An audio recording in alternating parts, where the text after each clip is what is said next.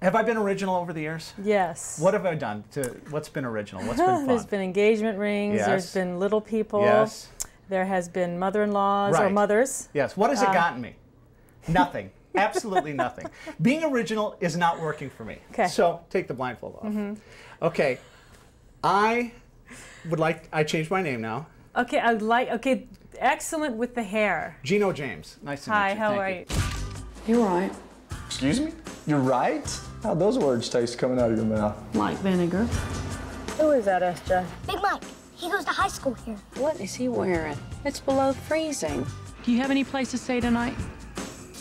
Don't you dare lie to me. Was this a bad idea? What's the big deal? It's just for one night. It is just for one night, right, Leanne? I see a new Sandra in this film where you're reacting, and it's unspoken. Is that more difficult? Listening and reacting is always hardest, but unless the script calls for you to quietly listen and watch, you're talking. No, I think most actors will tell you the hardest thing to do is to listen, but being given the opportunity to be quiet and listen is so wonderful and rare in this business that I take it any moment I can get it. And as an audience, we're feeling what you're feeling by Quentin's face. Oh, and that is Quentin. That is Quentin. That is Quentin. That sweetness, that love, those hugs, the hand holding. That's the spirit of Quentin. What you see on screen is Quentin. Over here you have a desk, chest of drawers. You have a nightstand, a light, an alarm. Oh, and Sean says all the pro athletes use futons if they can't find a bed big enough, so I got you one of those. Of course, the frame was heinous. It's not about to let that in my house, but I got you something nicer. It's mine? Yes, sir. What? Never had one before. What, a room to yourself? A bed.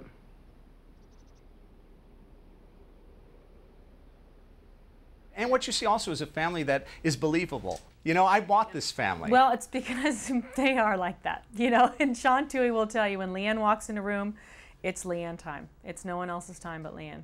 When you were becoming Leanne, as you were, you know, going through this process, you can see it on your face. It seems like there's something that just kicks in, that the lock of the gaze or whatever it is that you are her. We knew when we were shooting, and I would say something, go, that's not Leanne. We have to commit to the Leanne. You take out the emotion, the floweriness, the trivial of anything, then Leanne comes. But we would know it when it was her, and when it wasn't her, we'd have to stop. And I go, we need to remove words, take something away. She'd never walk in the room like this. She'd never do this. You do have to fight for Leanne, because when it's not her, it just got soft, and not soft in a good way.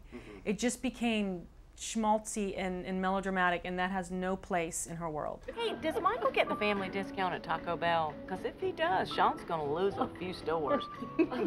He's a good kid. Well, I say you make it official and just adopt him. He's going to be 18 in a few months. Doesn't really make much sense to legally adopt. Leanne, is this some sort of white guilt thing? What will your daddy say? Before or after he turns over in his grave? Daddy's been gone 5 years, Elaine. Make matters worse, you were at the funeral. Remember? You wore Chanel in that awful black hat. Look, here's the deal. I don't need y'all to approve my choices, all right? But I do ask that you respect them. You have no idea what this boy's been through, and if this is going to become some running diatribe, I can find an overpriced salad a lot closer to home. Leanne, I'm so sorry. We didn't intend to... No, we didn't, really. I think what you're doing is so great. To open up your home to him, and... honey, you're changing that boy's life. No. He's changing mine. Hollywood categorizes movies. Someone may call this a football movie. It is not a football movie, not even remotely close. I mean, I know nothing about football when I stepped into this world. I have such a passion and love for athletes now, not just football, but for the trainers, the coaches, the athlete, the parents, the drive, the intent, the accomplishments. I had no idea.